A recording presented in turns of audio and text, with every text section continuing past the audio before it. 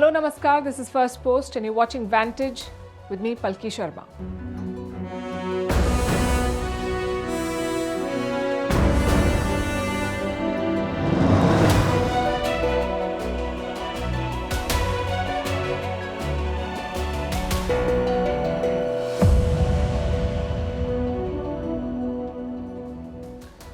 Coherence is not Donald Trump's strong suit.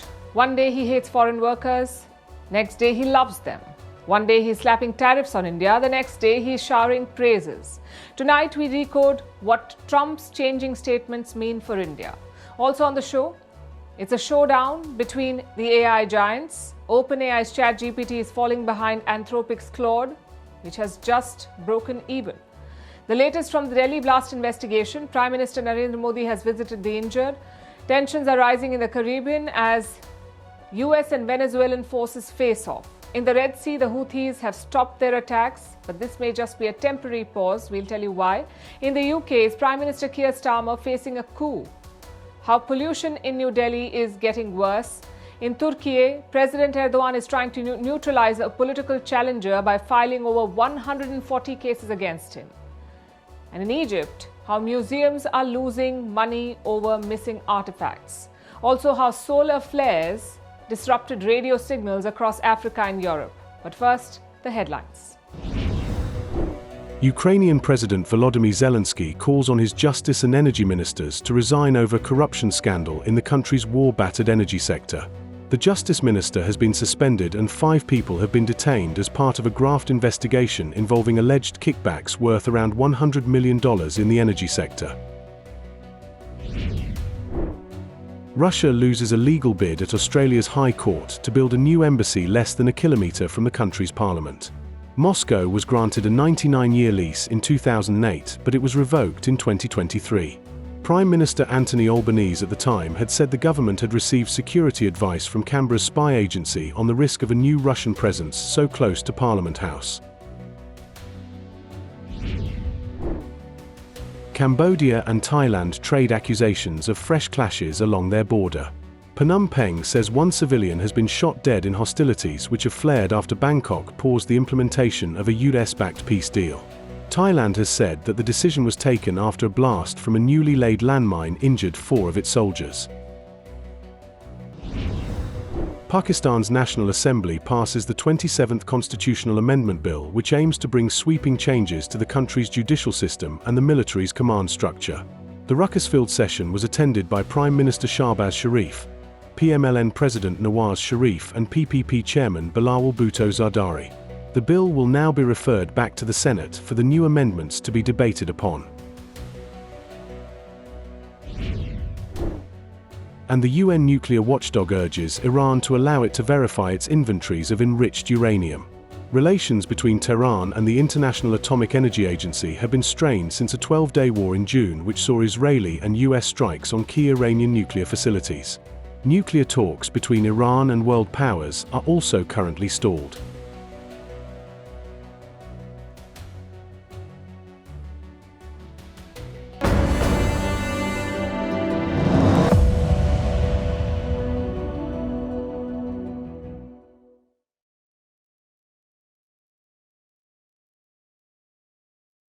There's a war brewing in the Caribbean. On one side, the lethal American military.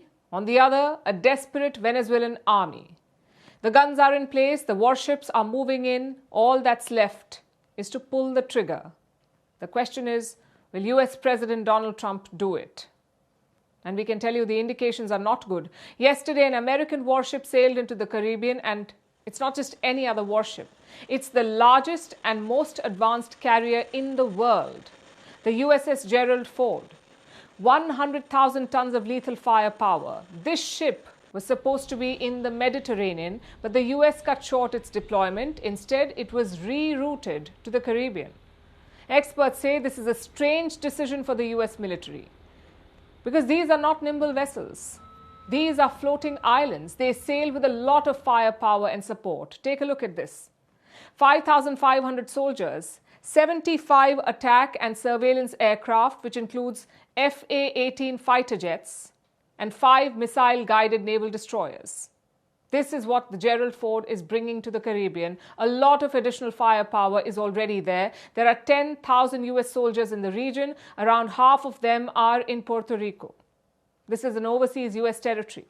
It's around 800 kilometers from Venezuela. Back in September, the US military had reopened a base on this island. So clearly, they were planning to mobilize. Other than the Gerald Ford, the US has 9 warships in the Caribbean: amphibious assault ship Iwo Jima, transport dock San Antonio, destroyer Jason Dunham, destroyer Stockdale, destroyer Gravely, missile cruiser Lake Erie, missile cruiser Gettysburg, combat ship Wichita, and nuclear submarine Newport News. Plus, you have the air assets, the B-52 strategic bombers, the B-1B supersonic bombers, the F-35 fighter jet, and the MQ-9 Reaper drones. All of these assets are deployed in the Caribbean. Now, I could detail each of these weapons, but I'm sure you get the idea. You don't order this kind of firepower for no reason. You're either preparing for war or you're hoping to scare the opposition into submission. So which is it? In public, the other side is not acting scared. Yesterday, Venezuela staged a military drill. Their defense minister promised to protect the homeland.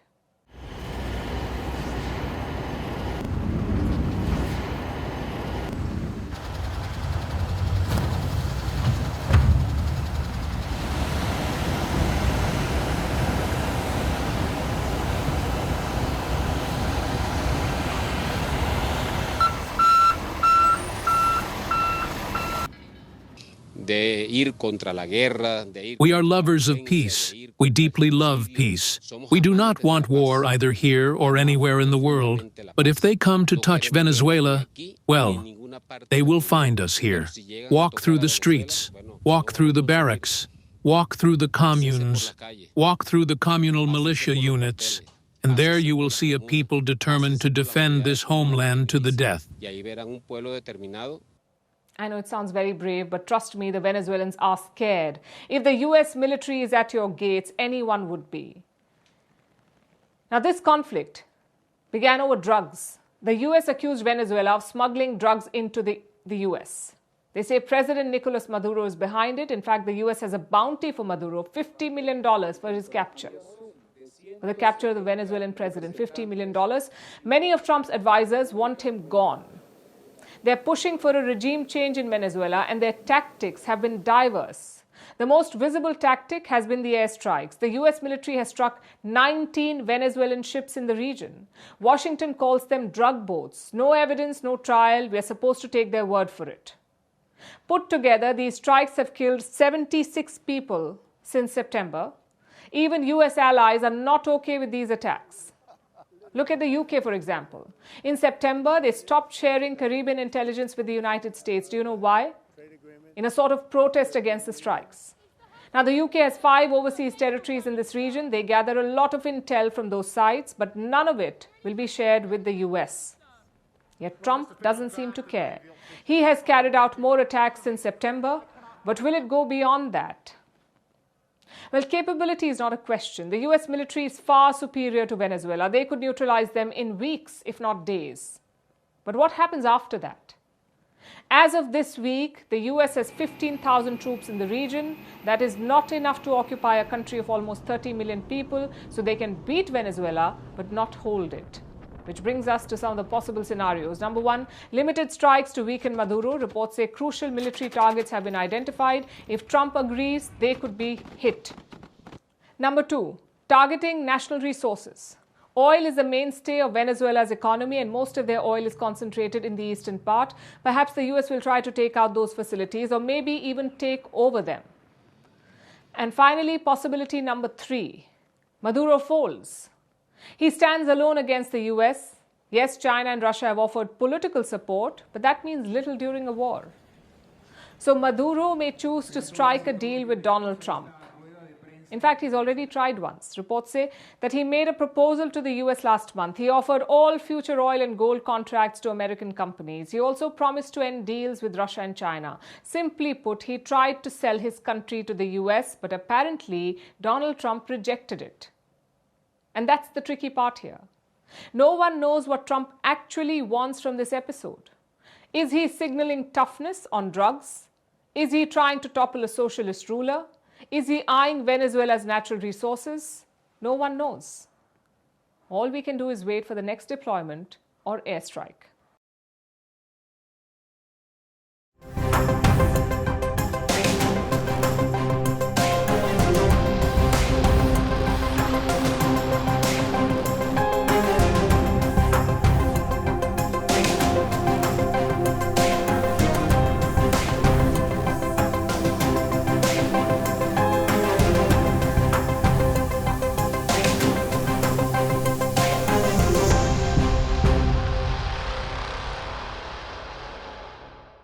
In journalism, you have beats. Some journalists cover politics, some cover science, some cover technology, and pretty soon we may need a Trump beat.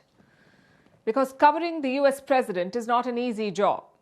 He makes false claims, he makes multiple U-turns, and he makes up his own facts and numbers. Tonight, we'll take a stab at this Trump beat, specifically on 3 of his policy decisions. The first is foreign workers. Let me take you back to September this year. Donald Trump imposed a steep fee on H-1B visa applications. We've explained the H-1B before. These are visas for highly skilled foreign workers, people like engineers or doctors. And Indians hold 70% of such visas.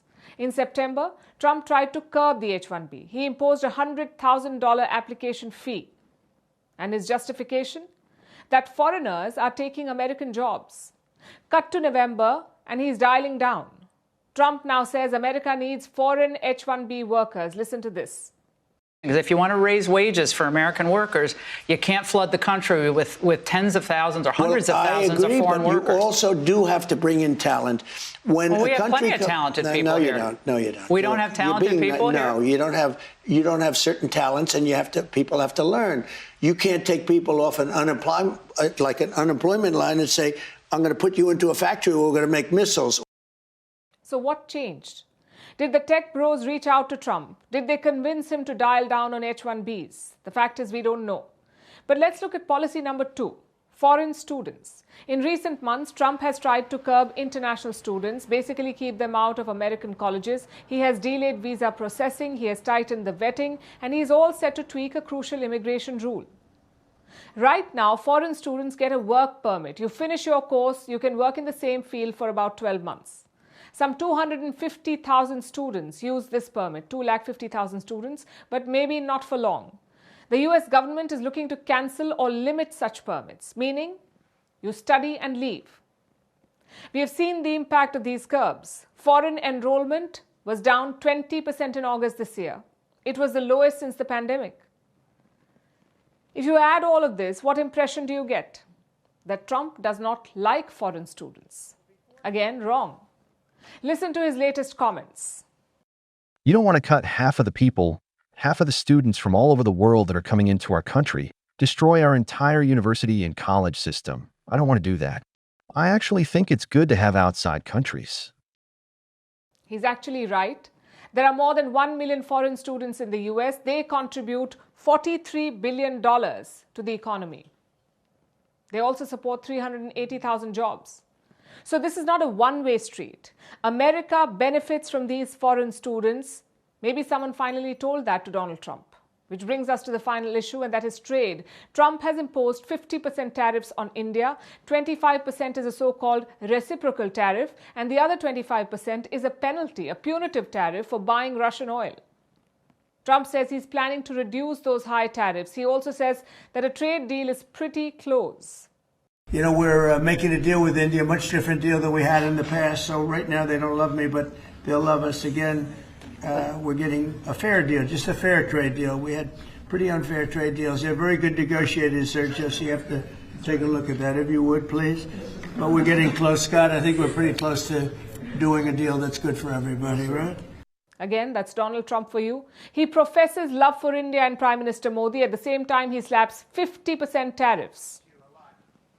In the Trump beat, how do you analyze these policies? All of them matter to India. Like I said, 70% of H-1B visas are held by Indians. New Delhi has long pushed for expanding these visas. Same with foreign students. India sends the most number of foreign students to the US, around 29%, or 331,000 students. But in recent months, this outflow has reduced. Indian student approvals, or arrivals rather, dropped by 50% from July to August. A 50% drop. So New Delhi will be watching Trump's flip-flops closely. The question is, what should India make of them? Well, that's the hard part. Trump's policies lack coherence. They're being shaped by powers within his coalition. The tech bros like H-1B visas and foreign students. For them, it's skilled and affordable labor. But the hardcore MAGA fans, they don't like any sort of immigration. They feel it threatens white Americans and their jobs. And stuck in the middle is the president. How do you keep up with such wild swings?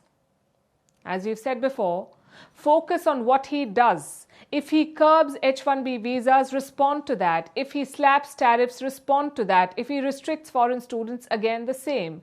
It's true that a president's words carry weight, but with Donald Trump, words are cheap. It's much better to focus on his actions. We talked about the rush for AI quite a few times on the show, but imagine it like a movie that is playing out on the big screens. And this one has two main leads, Anthropic and OpenAI.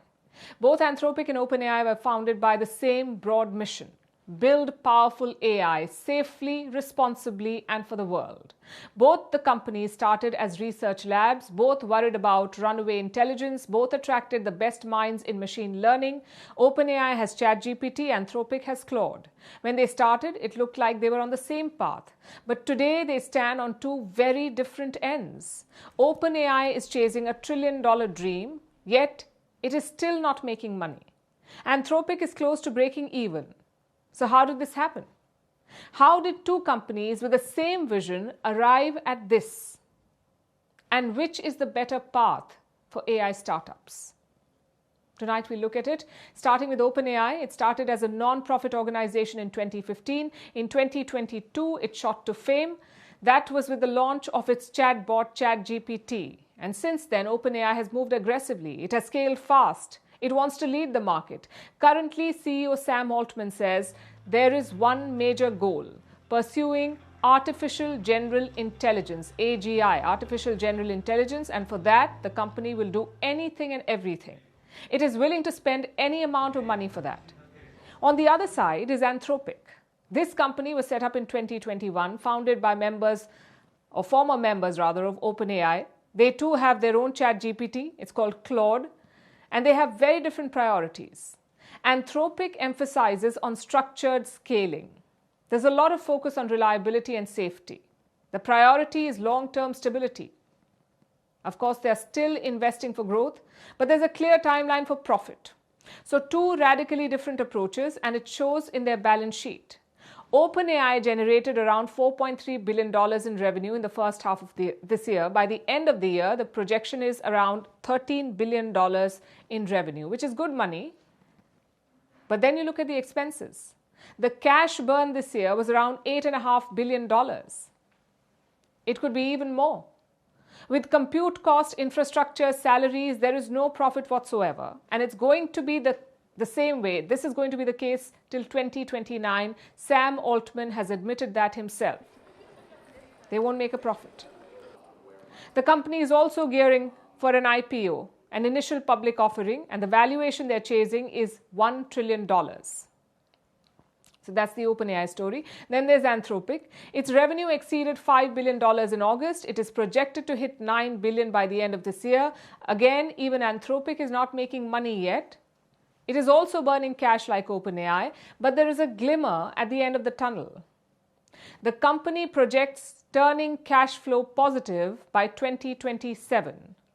Sustainable profits are expected in 2028. That's something that's quite rare in this AI bubble. This divergence tells us something fundamental.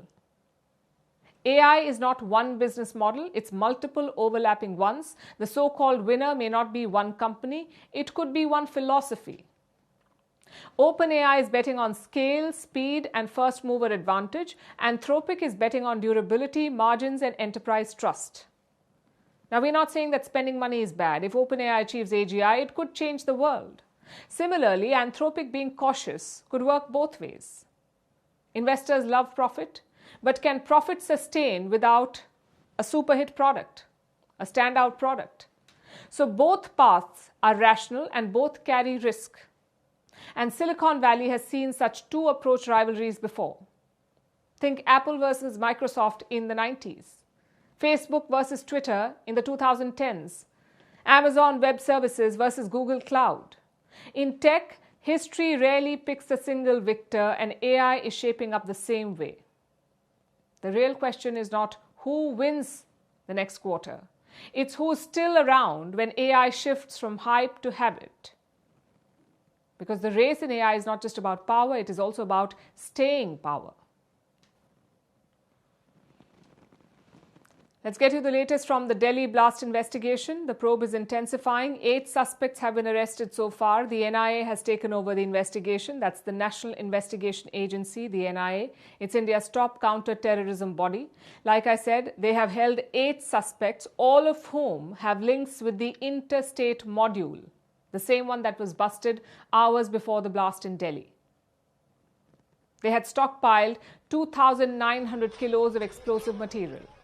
Most of the arrests happen in Jammu and Kashmir.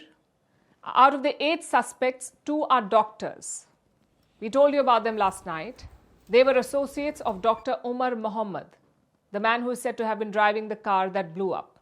Investigators are now focused on his role and motive. Did Umar Mohammed plan this explosion, or did he trigger the bomb by accident? That's the question they're looking at. Meanwhile, forensic teams have collected evidence from the blast site. Some preliminary reports are out. They indicate traces of 2 different types of explosives. One was ammonium nitrate. It's one of the world's most tightly monitored chemicals. It is used for controlled explosions in mines. Around 350 kilos of this chemical was seized by security officials when they busted the interstate terror module. So did the bomb that exploded in Delhi come from the same stockpile? Again, investigators will try to answer this question. The other sample is of an unknown substance, and all the collected material has been sent for lab testing. The results will tell investigators the exact composition of the bomb. Plus, they're looking into a digital trail.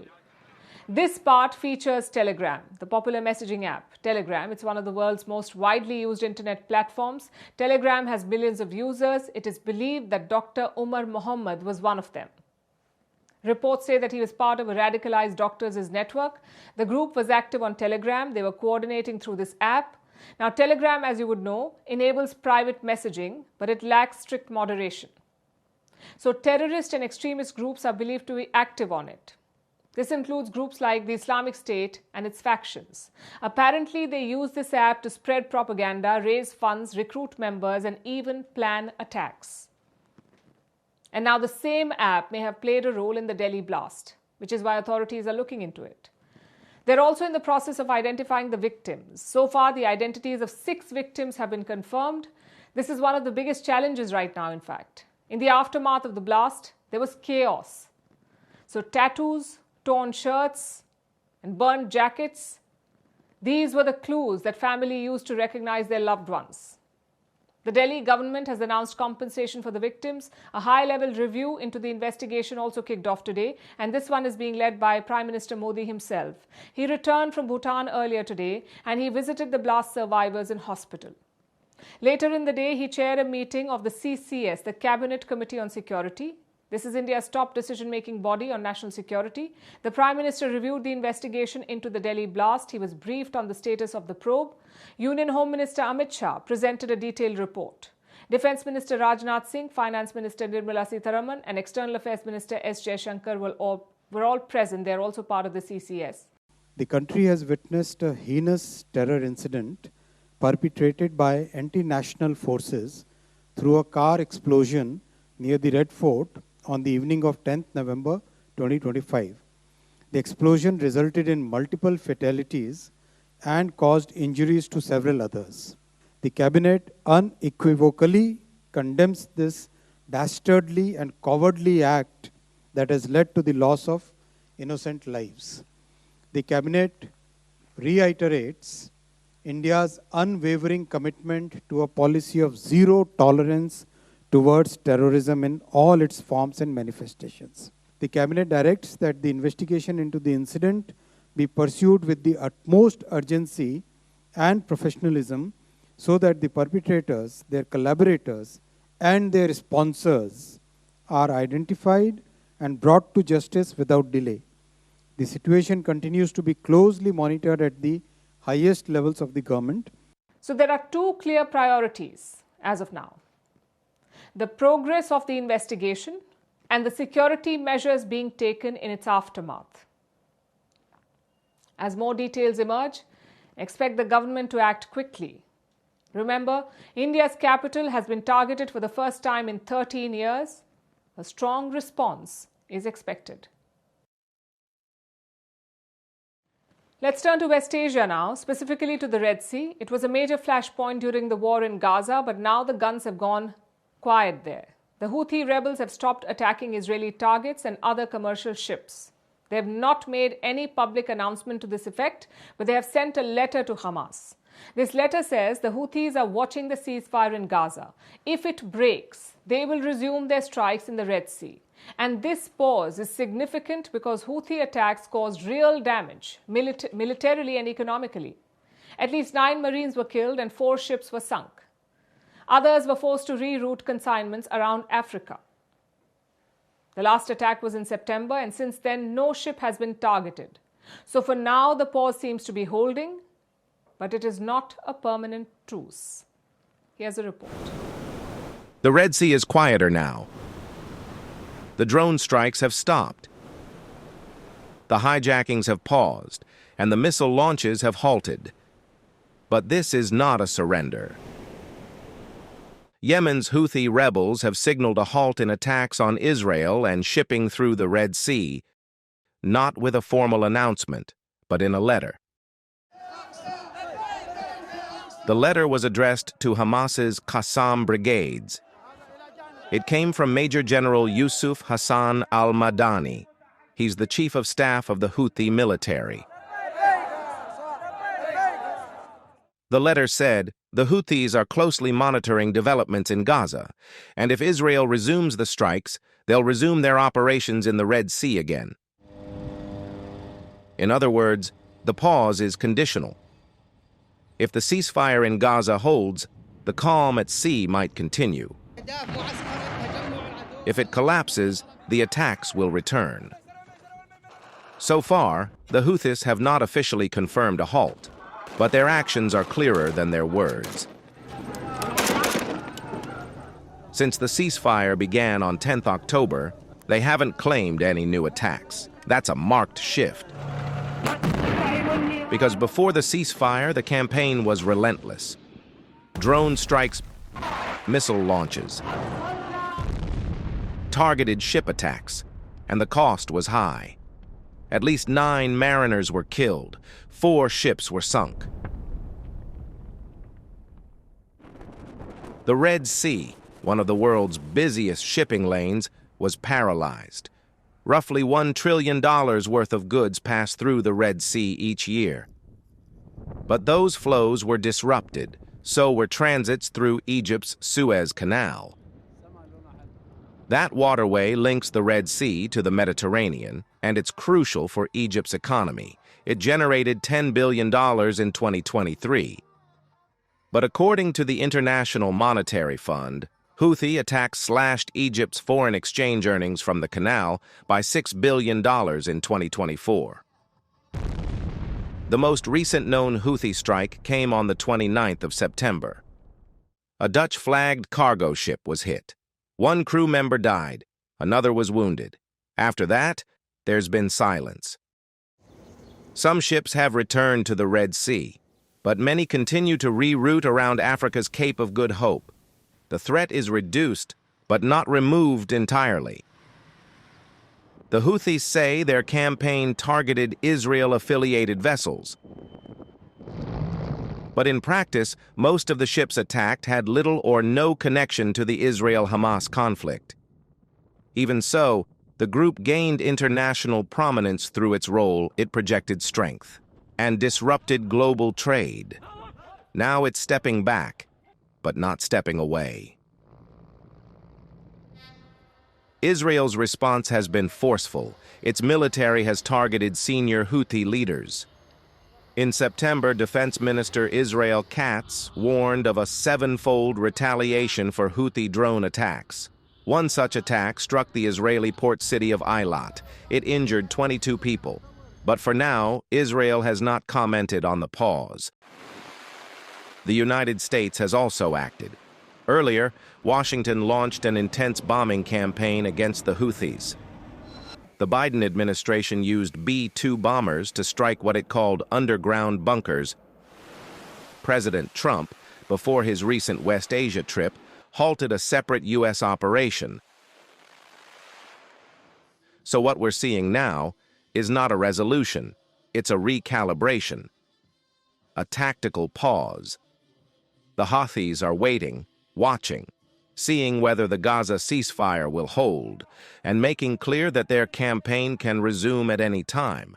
Their message is unambiguous. This is a halt, not a surrender.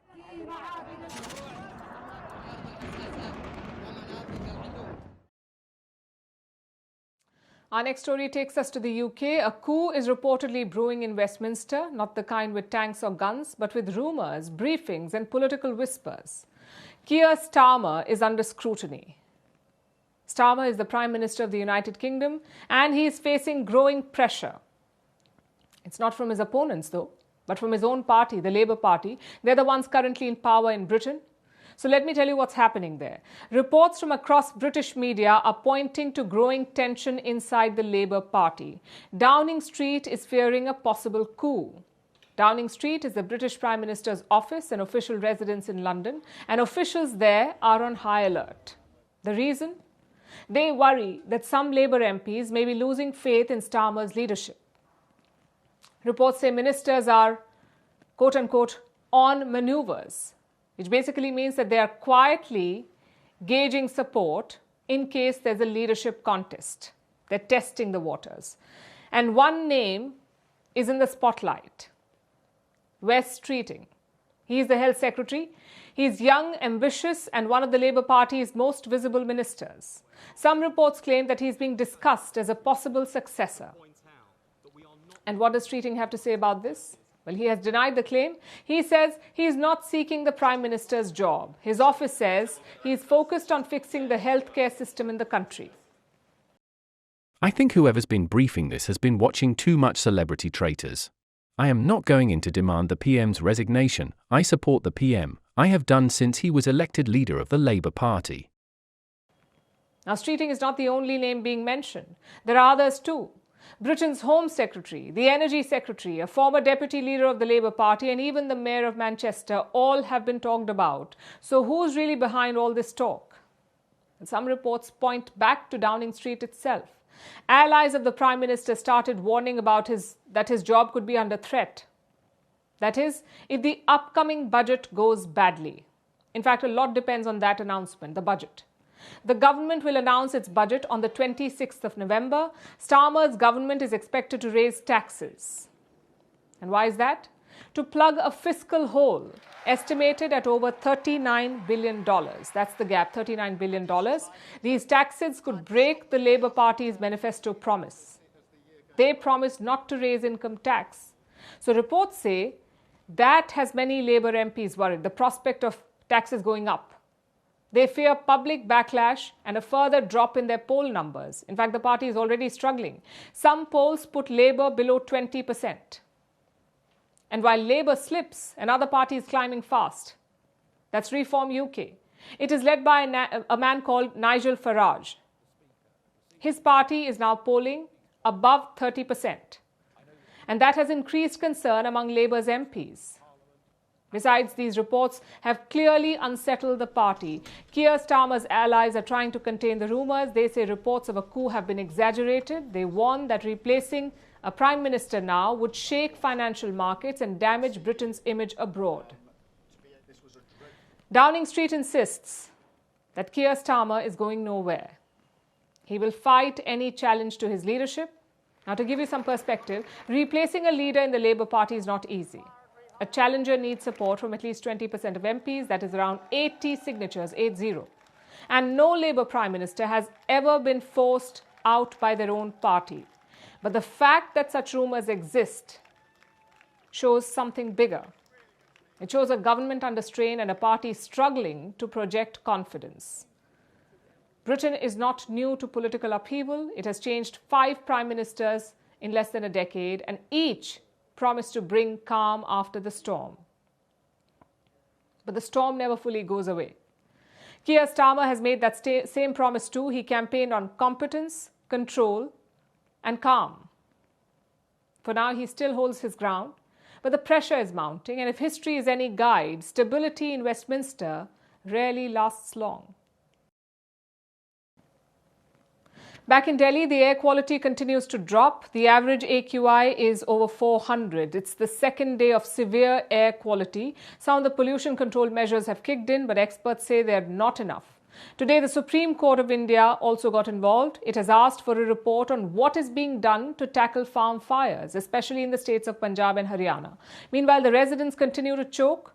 As we go deeper into the winter, this problem will only get worse. Our next report tells you more. Another day, another pollution record. That's the story of Delhi this winter. Your eyes strain to see beyond the layer of smog. Your lungs burn with every breath. And the worst part? Pollution season is just getting started. These are the AQI readings from today. The number at 4 a.m. this morning stands out, 706. Let's put that reading in perspective. Most doctors recommend an AQI of less than 100. In India's capital, it was more than 7 times higher. The Delhi government has reluctantly started to act. Yesterday, they imposed stricter pollution measures called GRAP 3, the third stage of the Graded Response Action Plan. Schools have gone hybrid. Construction activity has been paused, and polluting trucks have been banned from the city. But it's too little, too late.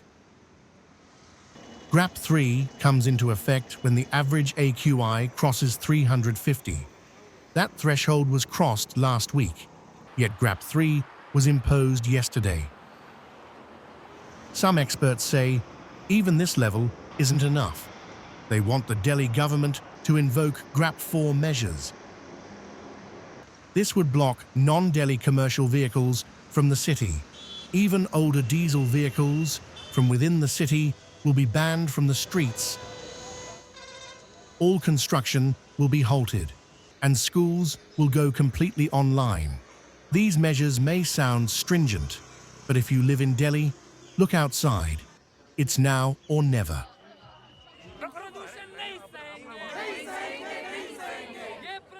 Residents are tired of asking the government to fix this problem. So, they have turned to the court instead. Today, the Indian Supreme Court heard a case about pollution in Delhi. The judges had some homework for the neighbouring states of Punjab and Haryana. These states are known for farm fires, a major cause of pollution in Delhi. The court has asked Punjab and Haryana to prepare a report on farm fires, on what's being done to tackle them. While the courts can nudge things in the right direction, this is a job for governments. Only they can create a long-term roadmap. Only they can allocate funds and implement stricter rules. But for that, the problem must be acknowledged. The Delhi government has been accused of distorting the pollution numbers. Sometimes they are spraying water outside AQI centres. Sometimes the AQI tracking website goes blank. This approach is counterproductive. When you fudge data, you may improve your optics, but you also harm your citizens.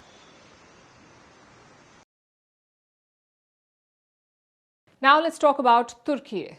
A political earthquake is shaking Istanbul. Prosecutors have filed 142 charges against the city's mayor. His name is Ekrem İmamoğlu. He's accused of corruption, bribery, and even espionage.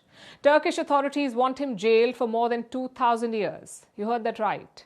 With all these cases, they're looking at 2,000 years in jail for one man. He was arrested in March this year, and it sparked widespread protests.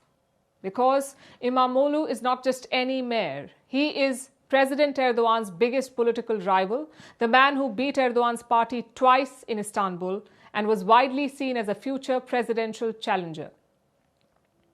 Critics call this a political crackdown to weaken the opposition. The government says it's about corruption and justice. Our next report has more.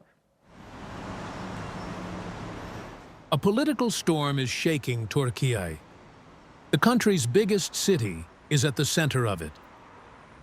Istanbul's mayor, Ekrem İmamoğlu, is facing 142 criminal charges. Prosecutors want him jailed for more than 2,000 years. Yes, 2,000 years. They accuse him of corruption, bribery, and money laundering. He also stands accused of embezzlement, extortion, and even espionage. The case file runs nearly 4,000 pages. It names more than 400 people. Prosecutors describe İmamoğlu as the head of a criminal network. They claim he used his influence to control tenders and city contracts. They say this cost the Turkish state billions in the local currency. İmamoğlu denies all the charges. He says the allegations are false and politically motivated. He was arrested in March this year. Since then, he has been in pretrial detention. His arrest led to protests across Turkey. It was reportedly the country's worst street unrest since 2013. Critics say his only crime is political ambition. Because İmamoğlu is not just any mayor. He is President Erdogan's biggest rival. The man who beat Erdogan's party twice in Istanbul, a city seen as the heart of Turkish politics. Those victories made him a national figure and a strong contender for the 2028 presidential race. His rise showed that Erdogan's party could be defeated at the ballot box, even in its traditional strongholds. Now, that path seems uncertain. The charges against him could end his political career. Even his university degree has been annulled. Without it, he cannot run for president. Supporters say this reflects growing pressure on the opposition. At least 16 mayors from his Republican People's Party have been jailed since the 2024 local elections. Each case has fueled concerns about the independence of Turkey's judiciary. Prosecutors have also accused him of espionage. They allege he shared personal data of Istanbul residents. They say it was used to attract international funding. İmamoğlu has rejected that claim too. His party says the aim is to prevent him from contesting future elections. The government rejects those claims. It says the judiciary is independent. Officials insist the case is about corruption, not politics. But the timing has raised questions, and the scale of the charges has drawn global attention. A sitting mayor accused of running a criminal organization. A leading political rival facing more than 2,000 years in prison. The case has become a measure of the political climate in Turkey and a test of how far power can reach when justice and politics collide.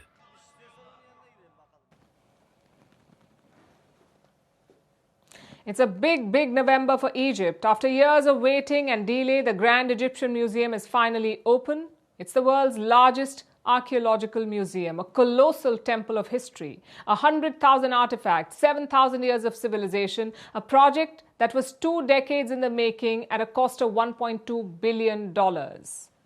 And where does this monument stand? In the shadow of the Giza pyramids. Step inside and it's like walking into a pharaoh's treasure vault. The golden mask of King Tut, his throne, his beds, his chariots, it's all under this roof. A museum built to celebrate the civilization that has taught us how to measure time.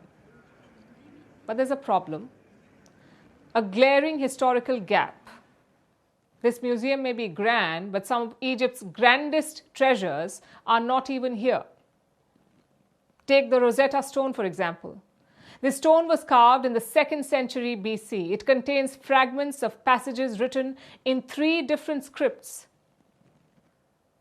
Greek, Egyptian hieroglyphics, and Egyptian demotic.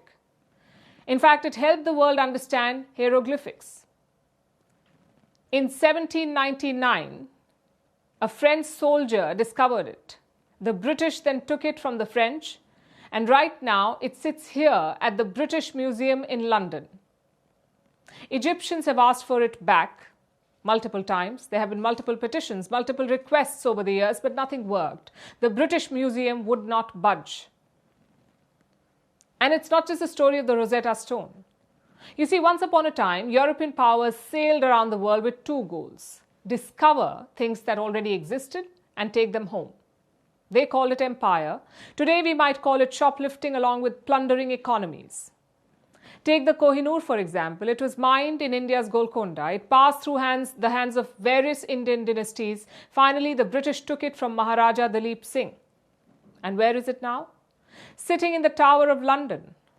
Then we have the Amaravati marbles. It's a collection of over 120 ancient limestone sculptures and inscriptions. They are from the Amaravati Stupa in India. Again, they're in the British Museum. There's also the gilded bronze statue of Tara. It is one of the rarest artifacts from Sri Lanka. And where is it currently? Well, you guessed it right, the British Museum. I could go on and on. The Elgin marbles from Greece, ancient Buddhist sculptures from Southeast Asia, Khmer antiquities from Cambodia, Thailand and Laos, artifacts from the Indus Valley civilization, the Benin bronzes from Nigeria, golden crowns from Ethiopia. All of this is at the British Museum, a museum that is world famous. In 2024, it was visited by 6.4 million people. It made $1.2 billion, all from grants, philanthropic pledges, ticketing, memberships, retail and commercial deals. Now imagine if Cairo, New Delhi, Lagos, Athens and Benin all had their heritage back. How many tourists would cross oceans to see ancient history in Britain? Would the British Museum still have as many visitors? Would it still be making so much money?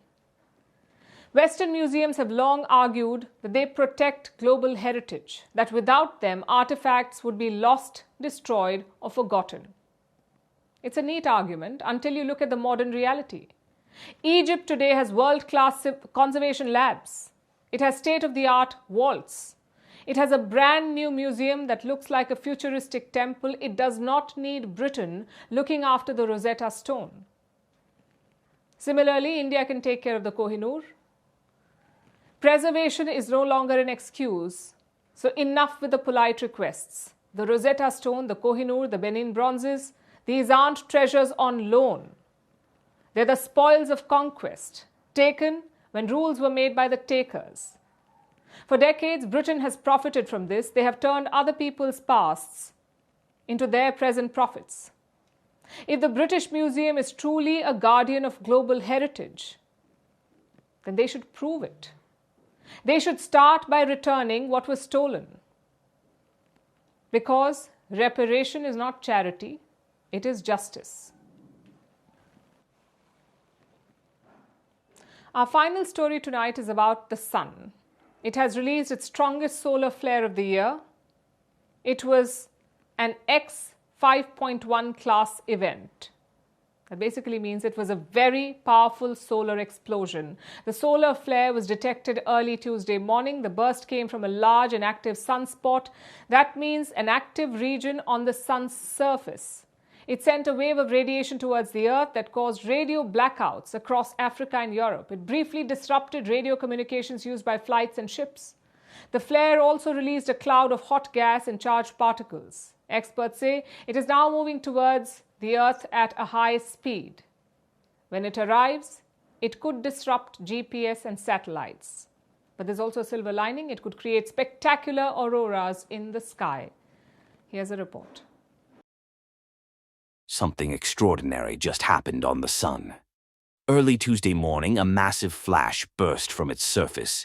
It was bright, powerful, and impossible to ignore. Scientists say it was the strongest solar flare of the year. It's classified as an X5.1 event. That number tells scientists how powerful it is. Solar flares are ranked by strength in 5 classes, A, B, C, M, and X. Each letter means 10 times more energy than the last. So, X-class is the highest category, the kind that can affect Earth directly. This was the most intense flare since October last year. The blast came from a large, unstable region on the Sun called AR4274. That's a sunspot, a darker area on the surface of the Sun. Sunspots look dark because they are cooler than their surroundings. But beneath them, magnetic fields are extremely active. They twist, stretch, and store huge amounts of energy. When that energy becomes too much, the magnetic field suddenly breaks. That release of energy is what we call a solar flare. The radiation from this flare reached Earth in about 8 minutes. That's how long it takes light to travel from the Sun. When it hit the upper atmosphere, it caused a strong radio blackout. According to the U.S. Space Weather Prediction Center, this was an R3 level event, indicating it was a strong one. High-frequency radio signals over Africa and Europe were briefly disrupted. But the flare wasn't over yet. It also released a coronal mass ejection, or CME. That's a giant cloud of hot gas and charged particles moving through space. Imagine billions of tons of solar material racing outward at incredible speed. This one is traveling at about 4.4 million miles an hour. When that cloud reaches Earth, it could trigger what scientists call a geomagnetic storm. That happens when solar particles collide with Earth's magnetic field. The stronger the impact, the stronger the disturbance. Such storms can affect satellites, GPS systems, and even power grids on the ground. But not every effect is harmful. Geomagnetic storms also create something spectacular, the auroras. When solar particles hit the atmosphere, they make gases glow in different colors. That creates the northern and southern lights. This time, those lights could appear much farther south than usual. Scientists say this surge in activity is part of a bigger cycle.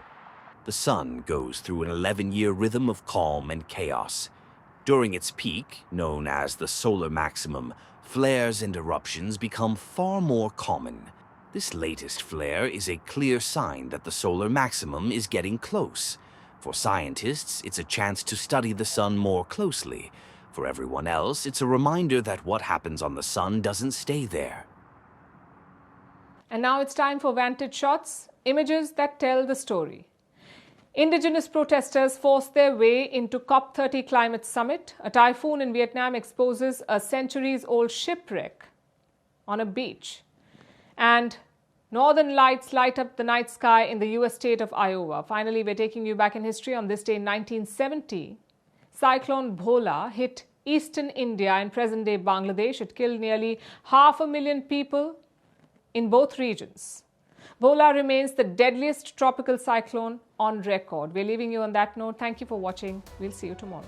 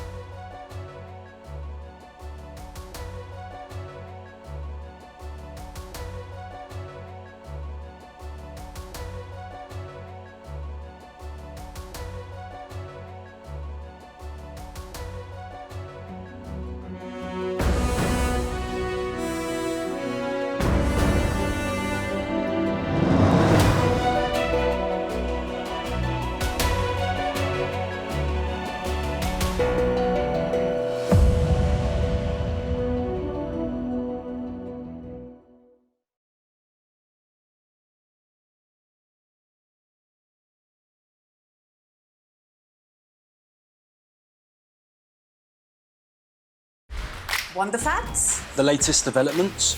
News that gets straight to the point. Well, we've got all three just for you. This is Firstpost Live, a brand new show, your window into what really matters. Don't miss it.